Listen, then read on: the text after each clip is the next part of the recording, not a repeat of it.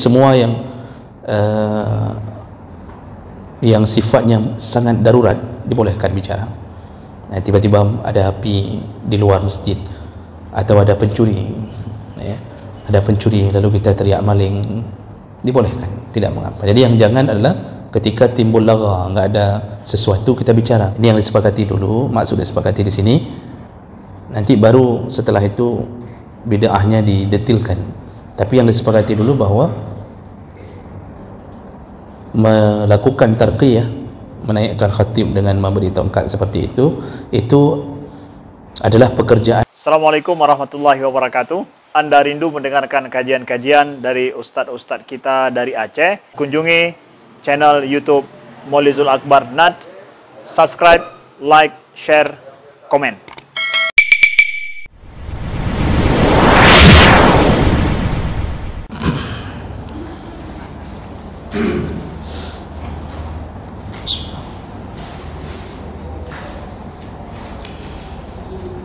Assalamualaikum warahmatullahi wabarakatuh. Alhamdulillahirabbil alamin. Wa bi ni'matihi tatimmu shalihan. Asyhadu an la ilaha illallah wahdahu la syarika lah. Wa asyhadu anna Muhammadan 'abduhu wa rasuluhul karim. Allahumma shalli wa sallim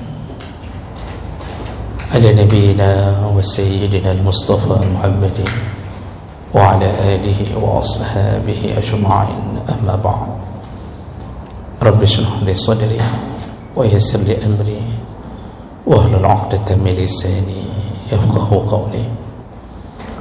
Segala puji bagi Allah, kemudian salawat dan salam kepada Rasulullah, pada keluarga dan seluruh sahabat-sahabatnya. Bapak-bapak dan ibu-ibu, jamaah salat maghrib dan isya, ya Allah muliakan insyaAllah. Di pertemuan yang lalu kita sedang membahas tentang perkara-perkara yang sunnah yang dilakukan ketika khutbah Jumat, karena kita masih membahas seputar tentang salat Jumat. Dan di antara yang sudah kita bahas yaitu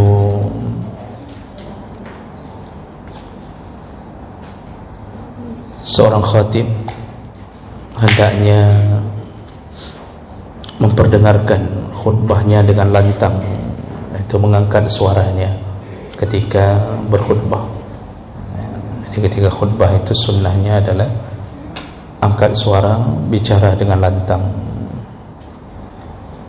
Karena Rasulullah SAW kalau khutbah wajahnya, kedua matanya memerah dan suaranya terangkat, seakan-akan beliau adalah komandan di pasukan sedang berada di medan perang. Begitu ciri-ciri Rasulullah khutbah. Jadi tegas, suara keras, dan seakan-akan beliau seorang komandan di medan perang. Lalu kemudian sunnah hukumnya memegang tongkat atau pedang atau busur panah, dan ini sunnah menurut jumhur ulama.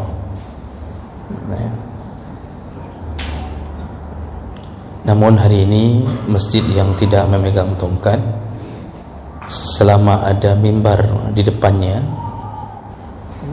itu tempat meletakkan tangan, biasanya tempat meletakkan mic, itu sebenarnya bisa menjadi pengganti tongkat. Karena di masa Nabi tidak ada yang berdiri sesuatu di depan khatib, jadi plong begitu. Sekarang ada tempat taruh mic, tempat taruh Quran, itu bisa jadi pengganti tongkat, lalu kita bersandar dengannya. Namun kalau ada tongkat yang lain yang diberikan, itu pun lebih baik. Nah, dipegang tongkat disunnahkan yasarahu, yaitu di sebelah kiri. Kemudian memendekkan khutbah, ini sekadar mengulang, memendekkan khutbah, sunnah memendekkan khutbah. Khatib yang berilmu itu khutbahnya tidak panjang, Tapi khatib yang hanya pintar bicara tapi tidak ada ilmu, itu khutbah panjang, solat pendek. Yang berilmu, kata Nabi, khutbahnya pendek, solatnya panjang. Ini langsung Nabi yang mengatakan, inna tula salatir rajul, ketika seorang salat panjang, wa qasura khutbatahu, lalu memendekkan khutbahnya, mi'natu fiqhihi, itulah ukuran ilmunya. Jadi yang berilmu itu pendek khutbahnya, panjang salatnya. Karena ada sebahagian masjid kadang-kadang khatib khutbah sampai 45 menit, sampai 1 jam. Itu bukan khatib yang berilmu. Sebaiknya tidak usah diundang lagi. Dan taruh pengumuman di tempat khutbah. Taruh pengumuman khutbah singkat, padat, 15 sampai 20 menit saja. Tulis dalam kurung, kalau tidak diundang lagi. Itu biasanya insya-Allah para khatib akan mengingatnya. Kemudian al-insat, sunnah hukumnya diam asna'ul khutbah, diam, disuruh diam. Makruh hukumnya bicara, walaupun tidak sampai pada haram, tapi bisa menghilangkan fadilah Jumat, bisa menghilangkan pahala fadilah Jumat. Bahkan ketika seseorang mengatakan kepada sahabatnya yang sedang bicara, ansit, diamlah kamu, maka dia pun ikut terkena lagha, dia pun masuk dalam kategori lagha. Lagha itu lalai waktu Jumat, padahal kita mengatakan ke orang yang sedang bicara diam. Bicaranya kita menegur dia diam termasuk juga dianggap bicara. Jadi kalau Jumat itu menegurnya dengan bahasa isyarat, jangan pakai bahasa mulut. Ada pengecualian, dan ini disebutkan dalam mazhab Syafi'i, Hambali. Ada beberapa pengecualian dibolehkan untuk bicara, yaitu inzar a'ma min al-wuqu' fi bar. Ini yang mungkin belum sempat kita bahas, yaitu ketika memberi peringatan pada orang buta agar tidak terjatuh ke dalam sumur. Kita sedang salat Jumat ni, ada orang buta, kebetulan sampai masjid ada sumur atau ada kolam besar. Kita khawatir orang buta itu masuk ke dalam kolam itu atau sumur, lalu kita bersuara sedang khutbah, dibolehkan untuk memperingatkan orang buta tadi. Tapi kalau Cina buta yang lewat, biarkan saja, biar masuk dia ke dalam sumur itu. Baik. Kemudian yang kedua, au man dabba ilaihi aqrab, boleh berbicara sedang Jumat kalau ada binatang yang berbahaya seperti aqrab, kalajengking, lipan masuk dalam masjid, ular, lalu kita berteriak, kita teriak-teriak, kita tidak hilang pahala memperingatkan ada binatang yang berbahaya yang masuk dalam masjid. Tapi biasanya di situ enggak kita peringatkan pun, orang sudah kram krim biasanya di situ. Tikus saja orang terloncat-loncat, khatib pun bisa naik ke atas mimbar loncat itu kalau ada tikus. Itu tidak mengapa. Jadi semua yang sifatnya sangat darurat dibolehkan bicara. Tiba-tiba ada api di luar masjid, atau ada pencuri, ada pencuri lalu kita teriak maling, dibolehkan, tidak mengapa. Jadi yang jangan adalah ketika timbul lagha, enggak ada sesuatu kita bicara ketika sedang khatib khutbah. Itu menghilangkan pahala fadilah Jumat. Kemudian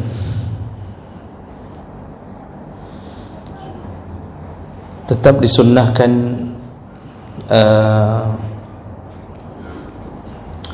untuk tashmitul atis, yaitu membaca memberi jawaban pada orang yang bersin. Itu juga dibolehkan. Misal ada sedang khutbah, tiba-tiba ada yang bersin, alhamdulillah dia sebutkan, lalu kita ucapkan yarhamukallah. Itu tidak mengganggu, tidak mengganggu dan tidak dianggap bicara. Tapi syaratnya dia yang ucap alhamdulillah. Tapi kalau dia enggak ucap alhamdulillah, jangan ucapkan yarhamukallah, karena enggak disunnahkan mengucapkan yarhamukallah bagi yang bersin tapi tidak mengucapkan apa-apa. Yang memuji Allah, kita memujinya. Ya.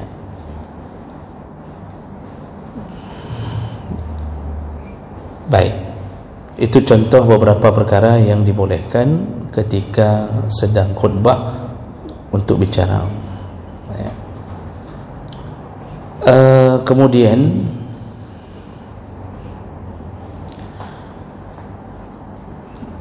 bentar, saya lihat ada yang penting lain atau tidak.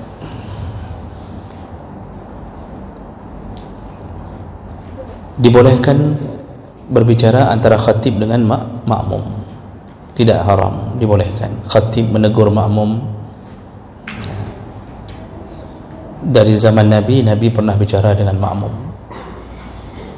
Jadi ada seseorang masuk ke masjid, langsung duduk, lalu Nabi bertanya, as-sallaita, kamu sudah salat? Qala la, belum, katanya. Lalu Nabi mengatakan, bangun salat, salat dulu 2 rakaat dengan salat yang ringan. Itu Nabi sedang khutbah, dia tegur makmum yang langsung duduk tidak salat ketika masuk ke dalam masjid ketika khutbah.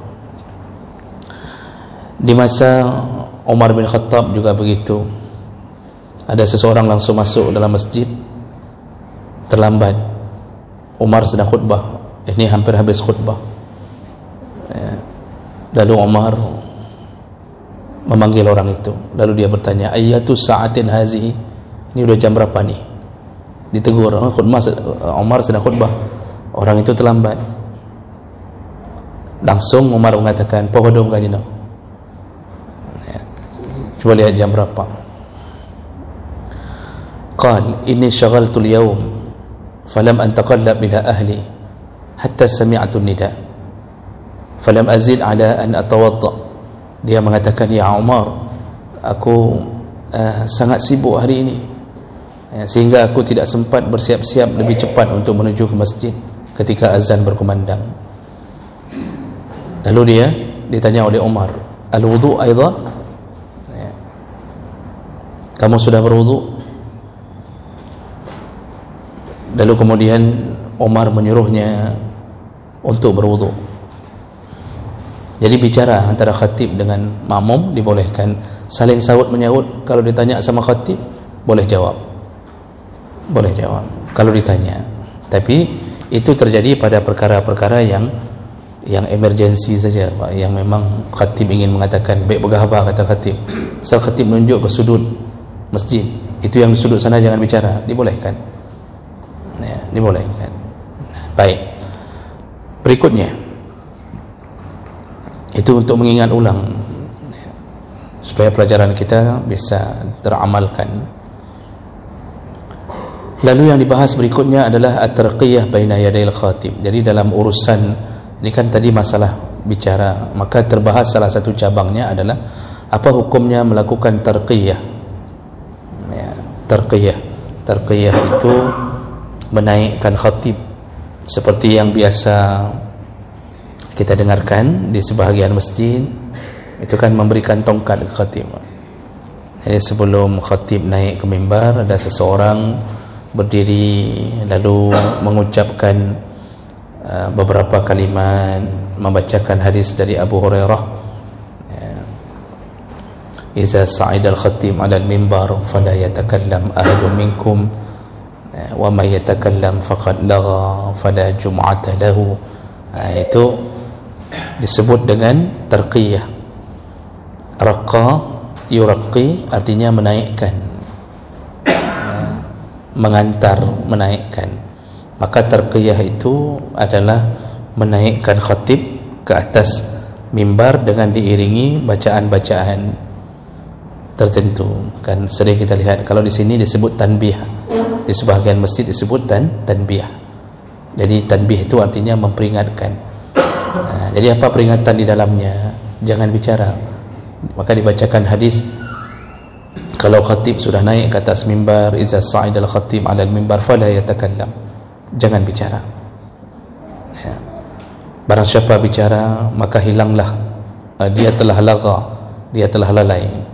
Dan barang siapa yang lalai, dia telah menghilangkan pahala Jumatnya. Itu tanbih, memberi peringatan sebelum khatib bicara.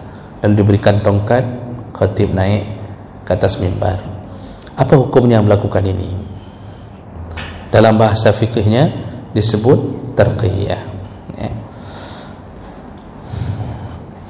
Kadang-kadang dimulai dulu dengan kalimat innallaha wa malaikatahu yusalluna 'alan nabi, dan seterusnya, surah Al-Ahzab ayat 52. Nah, ini tarqiyah ini dalam pandangan para mujtahid itu ada sedikit khilaf, ya, ada khilafiyah di dalamnya, ada perbedaan pandangan. Pada dasarnya yang disepakati dulu, wa hukmuha annaha bid'ah li hudusiha ba'da as-sadr al-awwal. Ini yang disepakati dulu, maksud disepakati di sini. Nanti baru setelah itu bid'ahnya didetilkan. Tapi yang disepakati dulu bahwa melakukan tarqiyah, menaikkan khatib dengan memberi tongkat seperti itu adalah pekerjaan bid'ah yang tidak dilakukan pada zaman-zaman terdahulu dari masa Nabi dan sahabat. Itu disepakati kalimat bid'ah itu bada'a yubdi'u atau yabdi'u, itu bermakna menemukan sesuatu yang belum pernah dilakukan atau belum pernah ditemukan sebelumnya. Itu disebut bid'ah. Allah menyebut badi'us samawati wal ard. Allah lah yang menciptakan langit dan bumi pertama sekali. Badi', maksudnya belum ada yang mencipta sebelumnya. Ya. Jadi orang Arab tu kadang-kadang waktu menemukan sesuatu itu dia menyebutkan bada'atu, aku telah menemukannya, belum pernah ada orang yang menemukannya, gitu. Jadi ini maksudnya tinjauan dari segi bahasa, semua sepakat bahwa amalan itu belum pernah ada di masa Nabi, yaitu mengantarkan khatib ke atas mimbar, itu belum pernah ada di masa Nabi. Ini tinjauannya tinjauan dari segi bahasa, maksudnya bid'ah semua sepakat itu amalan yang memang enggak pernah ada sebelumnya. Ya. Kemudian menurut Abu Hanifah annaha makruhatun tahrimah indah Abi Hanifah. Kalau menurut Abu Hanifah itu menaikkan khatib ke atas mimbar dengan cara itu bid'ahnya adalah hukumnya makruh tahrim, makruh tapi mendekati haram. Tentu karena alasannya enggak pernah lakukan sebelumnya. Jadi Abu Hanifah mengatakan itu hukumnya makruh tahrim. Ya, karena di sisi Abu Hanifah ada dua makruh, makruh tanzih dan makruh tahrim. Makruh tahrim yang mendekati haram, makruh tanzih makruh yang tidak sampai jatuh ke haram. Li hurmatin ay kalamin ba'da su'udil imam al-mimbar. Artinya menurut Abu Hanifah kalau itu dilakukan setelah khatib berada di atas mimbar, maka itu berubah menjadi haram. Ketika khatib mau naik ke atas mimbar, maka hukumnya makruh karena tidak pernah ada sebelumnya. Tapi muridnya Abu Hanifah, ada dua murid, Abu Yusuf dan Muhammad, itu mengatakan dibolehkan, wajah izah, dibolehkan melakukan tarqiyah. Ya. Kemudian menurut mazhab Malik, wa bid'atun makruhah indal Malikiyah, menaikkan khatib di atas mimbar seperti itu termasuk bid'ah yang makruhah, yang dibenci. Dia bid'ah Jadi kan sepakat dulu mengatakan secara bahasa itu memang enggak ada di masa Nabi. Tapi menurut mazhab Malik, bid'ahnya bid'ah makruhah, bid'ah yang dibenci, tidak disukai. Indal Malikiyah.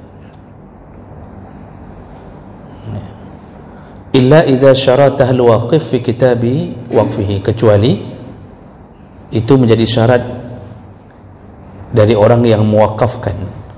Contoh masjid wakaf, lalu diberi syarat oleh orang yang wakaf, ini masjid ini harus pakai tarqiyah, naikkan khatib harus pakai tarqiyah. Kalau sudah disyaratkan begitu, maka menjadi boleh menurut mazhab Malik. Tapi kalau enggak disyaratkan, hukumnya bid'ah makruhah. Menurut mazhab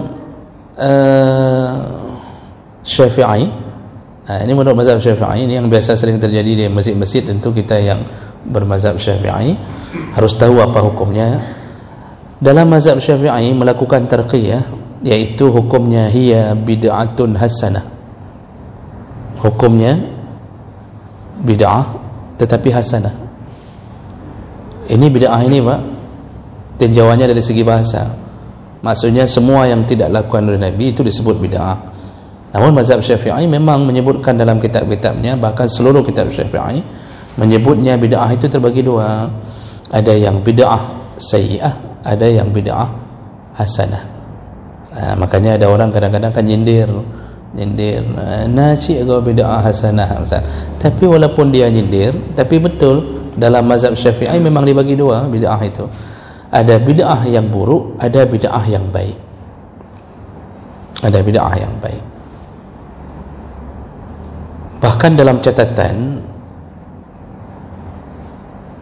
para sahabat pun melakukan beberapa bid'ah. Kalau dari segi bahasa, kalau ditinjau dari segi bahasa, artinya enggak pernah lakukan oleh Nabi. Di antaranya apa? Utsman bin Affan mencetuskan azan 2 kali di hari Jumaat, enggak pernah lakukan oleh Nabi. Umar bin Khattab mendirikan tarawih berjamaah dengan 20 rakaat. Dari mulai masa Umar bin Khattab, Abu Bakar mengumpulkan Al-Quran yang tidak pernah disuruh oleh Nabi dan tidak pernah dilakukan oleh Nabi. Juga Umar bin Khattab yang kemudian mengatakan talak 3 langsung jatuh 3. Artinya ada amalan-amalan sahabat yang juga secara bahasa itu bid'ah. Umar ketika mengumpulkan Al-Quran memberi nasihat ke Abu Bakar, Abu Bakar kumpulkan Quran. Abu Bakar enggak mau kumpulkan Quran karena enggak pernah lakukan oleh Nabi. Jadi masih berada di pelepah-pelepah segala macam, enggak berani pun dia lakukan itu. Lalu Umar mengatakan, kita kumpulkan Al-Quran dan inilah sebaik-baiknya bid'ah. Makanya dalam mazhab Syafi'i, bid'ah itu secara bahasa yang dimaksud ada bid'ah yang buruk, ada bid'ah yang baik. Bid'ah yang buruk itu yang mana? Yang sesuai dengan hadis Nabi, kullu bid'atin dhalalah wa kullu dhalalatin finnar. Itu bid'ah yang buruk, itu yang sesat, dan setiap yang sesat masuk neraka. Jadi menurut mazhab Syafi'i, tarqiyah, menaikkan khatib ke atas mimbar dengan cara seperti itu bid'ah, betul bid'ah, tetapi hasanah. Bid'ahnya dianggap baik. Di mana kebaikannya? Karena memperingatkan dulu makmum untuk berhati-hati jangan sampai berbicara ketika khutbah. Cuma sampai hari ini kadang-kadang makmum enggak tahu apa yang dibilang oleh muraqqi. Jadi yang menaikkan itu muraqqi namanya dalam fikih. Proses menaikkannya tarqiyah. Yang membacanya Bilal itu yang baca itu dalam fikih disebut muraqqi. Ada yang sudah 30 tahun salat Jumat itu enggak tahu apa yang dibilang oleh muraqqi itu. Dia cuma tahu bahwa iza sa'idal khatibu 'alal mimbar fala yatakallam. Kita tanya, Pak, ni depa apa pegah? Oh, aku depa pegahan. Berarti salah juga, enggak sampai kepada tujuan yang dia fahami. Padahal itu isinya adalah jangan bicara kalau khatib sudah naik ke atas mimbar. Kan peringatan dulu itu. Nah, otomatis kan si Bilal itu bicara sebelum khatib naik ke atas. Tadi seluruh hadis melarang khatib bicara kapan? Melarang makmum bicara kapan? Ketika khatib sudah naik, itu enggak boleh bicara lagi. Yang terjadi selama ini kan belum naik khatib, baru mau diserahkan tongkat, Bilal bicara. Belum ada larangan untuk bicara kalau khatib belum naik ke atas mimbar. Makanya dalam mazhab Syafi'i itu disebut bid'ah hasanah. Wa ajaza al-Hanabilah al-kalam qabla al-khutbah wa fil julus baina al-khutbatain. Nah, mazhab Hambali juga ternyata membolehkan. Kata mazhab Hambali dibolehkan berbicara sebelum khatib berada di atas mimbar, dan itu menunjukkan tarqiyah dalam mazhab Hambali pun tidak dilarang dengan syarat sebelum khatib ke atas mimbar peringatan itu dilakukan. Jadi jangan sampai terjadi sebaliknya, khatib sudah di atas mimbar baru Bilal bangun memperingatkan, itu sudah haram karena sudah masuk kategori bicara ketika khatib sudah di atas mimbar. Nah, saya ada mengambil kutipan dari beberapa kitab Syafi'i ya, tentang masalah ini. Contoh di dalam kitab Mahalli. Mahalli itu kitab Qalyubi wa Umairah. Kalau kami di Mesir itu kuliah itu pakai Mahalli. Di Al-Azhar itu fikih Syafi'inya pakai Mahalli, kitab Mahalli ini ya, untuk mewakili fikih Syafi'i. Karena di Al-Azhar itu di Mesir itu masuk kuliah itu harus masuk sesuai dengan mazhab masing-masing. Nah, jadi di kartu kuliah kita tertulis mazhab Syafi'i. Jadi masuknya ke lokal Syafi'i. Yang masuk ke lokal Hanafi masuk lokal Hanafi, Hambali. Nanti di lokal Syafi'i ini setelah belajar kitab-kitab Syafi'i diajarkan perbandingan mazhab. Jadi kita keluar dari Al-Azhar itu tidak saklek, tidak merasa Syafi'i paling benar, tidak fanatik sekali. Maksudnya kita beramal tetap Syafi'i, tapi tidak sampai mengatakan menyokong Syafi'i dalam raka madu. Mana kalimatnya? Bapak kalau dengar pengajian-pengajian dari alumni Azhar itu enggak terdengar kalimat itu. Nya menyokong Syafi'i raka madu. Enggak ada fanatik itu, enggak dibangun. Kita belajar tetap Syafi'i. Saya pernah sekali masalah masuk lokal. Ini kisah nyata, tapi tidak aneh. Salah masuk lokal. Ya, karena baru-baru masuk di semester baru. Masuk lokal salah, tiba-tiba saya lihat dalam lokal pemandangannya kok enggak ada orang Indonesia. Yang banyak Pakistan, Afghanistan. Ya, jadi Maldives, beberapa kalangan dari India. Saya sapu ruangan, saya lihat semuanya. Saya lihat ini ada yang aneh nih, enggak ada orang Indonesia. Ya, karena enggak ada yang mirip-mirip dengan kita, enggak ada yang Indonesia, wajah-wajah Indonesia enggak ada. Saya duduk karena enggak yakin. Tidak yakin apakah ini ruangan Syafi'i atau tidak. Yang penting saya masuk. Duduk, rupanya masuk dosen orang Mesir. Dia lihat ke mahasiswa. Dia nampak saya. Dia lihat lama sekali dia lihat. Lalu kemudian saya baru tahu waktu belajar kitab ternyata Hanafi, lokal Hanafi itu. Lokal mazhab Hanafi. Karena orang-orang Afgan, Pakistan itu rata-rata bermazhab Hanafi. Dosen tu dari tadi sudah lihat ni ada yang aneh ni satu orang ni. Dibilang mirip Pakistan juga enggak mirip kan, dibilang mirip India tak, mirip Cina Piana tak ada. Jadi dipanggilnya saya, Pak. Dipanggil. Dosen tu panggil sini, ta'al kata dia, turun karena model kuliahnya model naik kayak bioskop, naik ke atas model kuliah begitu. Turun saya, Pak, temui dia. Ditanya sama dosen tu, kamu dari mana? Dari Indonesia. Mazhab apa? Mazhab Syafi'i. Kamu mazhab Syafi'i, tapi masuk ke sini. Kamu tahu siapa dosen kamu? Saya bilang saya enggak tahu. Saya dosen kamu bukan, kata dia. Karena saya sudah panik. Ini sudah mulai dimarahi, Pak. Bukan bicara lembut-lembut lagi, kadi dehut. Kau bukan kena mengenal. Katanya, kata dosen tu. Ya, akhirnya saya karena enggak tahu bilang apa lagi, saya bilang semua yang ngajar saya adalah dosen saya, adalah guru saya. Jadi kau bingung anu pegahli. Ya. Akhirnya sudah dimarahi sekitar 5 menit, 10 menit, lalu disuruh balik, duduk balik, kedih, duduk sana dia. Maksudnya dia enggak senang, kenapa ada mazhab lain masuk ke situ? Maksudnya dia mungkin merasa ini apa ini, anak ini enggak belajar, enggak lihat jadual atau apa kan. Nah, setelah itu tidak lama kemudian baru dia bilang ke seluruh mahasiswa, kalian harus belajar dari mahasiswa Indonesia ini. Dia bukan mazhab kita, tapi dia belajar mazhab kita. Jadi dosen. Jadi supaya baik malai tak kedanya reganya cara. Dan itu terakhir saya salah masuk lokal, berikutnya saya jaga betul lokal itu Pak. Karena dianggap ini enggak lihat jadual. Tapi enggak dilarang sebenarnya, itu digertak supaya tahu jadual masing-masing. Tapi semua mazhab mengajarkan 4 mazhab.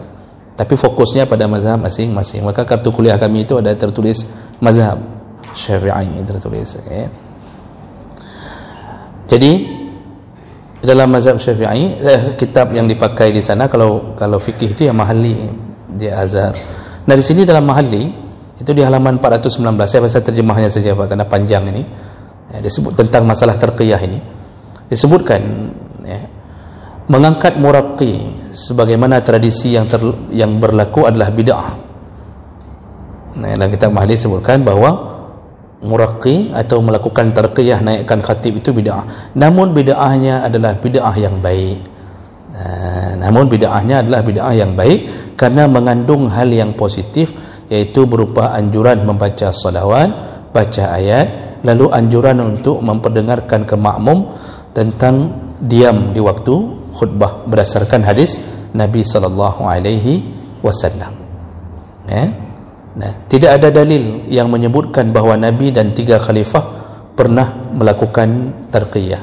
Tapi disebutkan memang enggak ada dalil dan enggak pernah terjadi di masa Nabi, masa sahabat khulafa' rasyidin menyuruh untuk memegang tongkat lalu menaik, enggak pernah terjadi. Nah, begitu juga di dalam kitab Fatwa Ar-Ramli, ini salah satu imam besar dari mazhab Syafi'i, mengatakan hal yang sama, bahwa ini memang bid'ah, akan tetapi ini adalah bid'ah yang baik. Dia semuanya mengakui itu bid'ah. Namun karena sifatnya baik, maka dibolehkan. Jadi kategorinya dibolehkan. Nah, tapi seandainya tidak ada, maksudnya enggak kita lakukan, tentu itu lebih terjaga. Maksudnya otomatis enggak masuk pun kategori bid'ah. Seandainya ada masjid enggak melakukan pun tarqiyah itu, enggak ada yang begini, dia langsung khatib disuruh naik, itu lebih terjaga malah, karena enggak sama sekali nyerempet ke bid'ah. Nah, jadi kalau seandainya, kan tadi Imam Hanafi mengatakan makruh tahrim, Imam Malik mengatakan itu bid'ah makruhah, bid'ah yang tidak disukai, Imam Syafi'i bid'ah hasanah, Imam Hambali mengatakan boleh, syaratnya sebelum khatib naik ke atas mimbar. Kalau terjadi khilafiyah, maka ada satu kaedah dalam pelajaran qawaid fikih, itu ada satu kaedah yang berbunyi al-khurud minal khilaf mustahab. Keluar dari khilafiyah itu lebih disukai, disunnahkan. Keluar dari khilaf itu disukai. Kayak mana maksudnya keluar dari khilaf? Kalau ada khilafiyah, ambil yang paling selamat, yang tidak ada satu ulama pun yang mengatakan haram. Contoh, dalam berwudu, misalnya dalam wudu mazhab Malik mengatakan seluruh kepala sapu waktu berwudu wajib. Kalau mazhab Syafi'i sunnah seluruh kepala, tapi dibolehkan satu helai rambut, sudah sah. Dalam mazhab Hanafi sampai ke nasiyah, ke ubun-ubun, tetap sunnahnya seluruh kepala. Nah, kalau sudah begini, mana yang lebih baik kita ambil?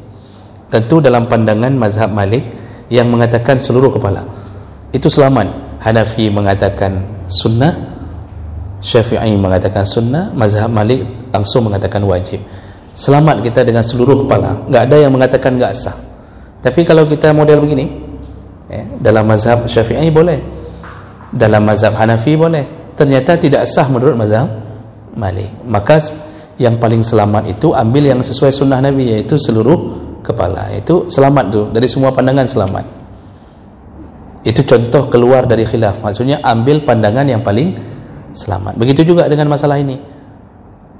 Kalau kita lakukan tarqiyah dalam mazhab Syafi'i bid'ah hasanah, dalam mazhab Hambali boleh, dalam mazhab Hanafi sudah terkena kemakruhan, dalam mazhab Malik malah sudah betul-betul jatuh dalam keharaman. Maka yang paling selamat mana? Jangan lakukan. Karena kalau enggak lakukan, Syafi'i pun enggak pernah mengatakan kalau tidak lakukan tarqiyah batal Jumatnya, enggak pernah. Artinya selamat di situ. Nah, itu contoh cara mengambil sikap kalau sudah terjadi perbedaan-perbedaan pandangan. Walaupun enggak dosa seandainya kita lakukan dalam seperti pandangan mazhab Syafi'i. Karena itu pun sudah menjadi ijtihad dalam mazhab Syafi'i. Nah, ini hukum ketika urusannya adalah melakukan tarqiyah. Tahiyatul masjid lidakhil wal imam yakhutub. Sunnah hukumnya melakukan tahiyatul masjid walaupun imam sedang berkhutbah. Sunnah. Jadi bagi yang terlambat datang, walaupun kehilangan pahala fadilah Jumaat, malaikat enggak mau catat lagi tu. Kalau khatib sudah di atas mimbar, malaikat enggak mau catat lagi. Yang masuk berikutnya enggak diberikan lagi pahala fadilah Jumaat. Pahala Jumaatnya dapat, fadilah besarnya pahala fadilah Jumaat hilang. Yang datang setelah khatib berada di atas mimbar. Nah, bagi mereka yang datang tetap sunnahnya adalah melakukan salat tahiyatul masjid. Dan ini disunnahkan betul oleh mazhab Hanafi, mazhab Syafi'i dan Hanbali. Jadi berdasarkan hadis Nabi sallallahu alaihi wasallam, jaa rajulun ila nabi wa huwa yakhtubun nas. Pernah seseorang datang kepada Nabi sedang khutbah. Faqal, lalu Nabi berkata, "Wa sallaita ya fulan?" Kamu sudah salat wahai fulan? Ya, qala la. Dia mengatakan belum. Lalu Nabi berkata, "Qum, bangun, farqa, salatlah dulu." Kata Nabi, "Salatlah dulu." Jadi Nabi sedang khutbah, tetap orang itu enggak boleh duduk, kata Nabi. Tetap salat dulu, bangun, kata Nabi. Lalu ada yang dalam riwayat lain Nabi mengatakan kepada orang itu, "Fasalli raka'atain." Salatlah dulu 2 rakaat. Jadi ini ketika khatib sedang berada di atas mimbar, bagi yang terlambat tetap dibolehkan untuk melakukan salat tahiyatul masjid. Wa ma'adat tahiyah tuhramus salah bimujarrad su'udul khatib. Selain tahiyatul masjid enggak ada salat lain yang boleh dilakukan. Ya, selain tahiyatul masjid enggak ada salat lain yang boleh dilakukan kalau khatib sedang berada di atas mimbar. Hanya tahiyatul masjid yang boleh dilakukan, ya.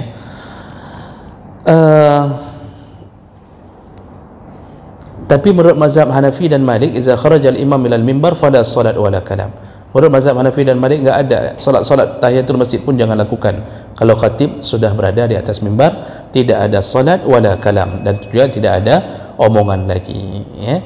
Fala tusalli tahiyatul masjid, jangan salat tahiyatul masjid. Jadi ada sedikit juga khilaf. Syafi'i dan Hanbali tetap menyunnahkan tahiyatul masjid. Sedangkan Hanafi dan Maliki mengatakan makruh melakukan tahiyatul masjid kalau khatib sudah berada di atas mimbar. Nah, ini terpulang pada mazhab masing-masing dan semuanya ada dalil. Jadi Hanafi dan Maliki itu mengatakan itu berdasarkan dalil bahwa ada seseorang membelah kerumunan orang waktu salat Jumaat, lalu Nabi berkata, "Ijlis waqad azzaita." Duduk, kamu sudah menyakiti orang. Jadi begitu kata Nabi, sehingga menjadi dalil jangan salat lagi kalau sudah khatib berada di atas mimbar. Jadi Bapak Ibu yang Allah muliakan, itu sunnah yang berikutnya. Nah, sebagai penutup agar kita minggu depan masuk ke makruh-makruhnya, ini cuma setengah menit saja. Berikutnya sunnahnya adalah imam habis turun itu segera menuju ke tempat salat. Imam turun dari mimbar, langsung binuzul minal mimbar dia bulughal mihrab, segera menuju ke mihrab. Karena dulu kan Nabi yang khatib, Nabi yang imam. Jangan ada pemisah antara turun dengan salat, harus cepat. Maksudnya enggak boleh ada pemisah yang jarak jauh. Turun dari mimbar, langsung iqamah, langsung si imam si khatib langsung berdiri untuk menjadi imam. Itu kalau seandainya dia khatib, dia imam. Tapi kalau berbeda, maka suruh cepat-cepat imamnya menuju ke tempat salat mihrab. Baik, demikian kita sambung insyaAllah di pertemuan yang akan datang tentang perkara yang makruh yang dilakukan ketika khutbah, apa-apa saja yang jaga. Baik, kita tutup dengan kafarah majlis. Subhanakallahumma bihamdik, asyhadu an la ilaha illa anta, astaghfiruka wa atubu ilaik. Wassalamualaikum warahmatullahi wabarakatuh.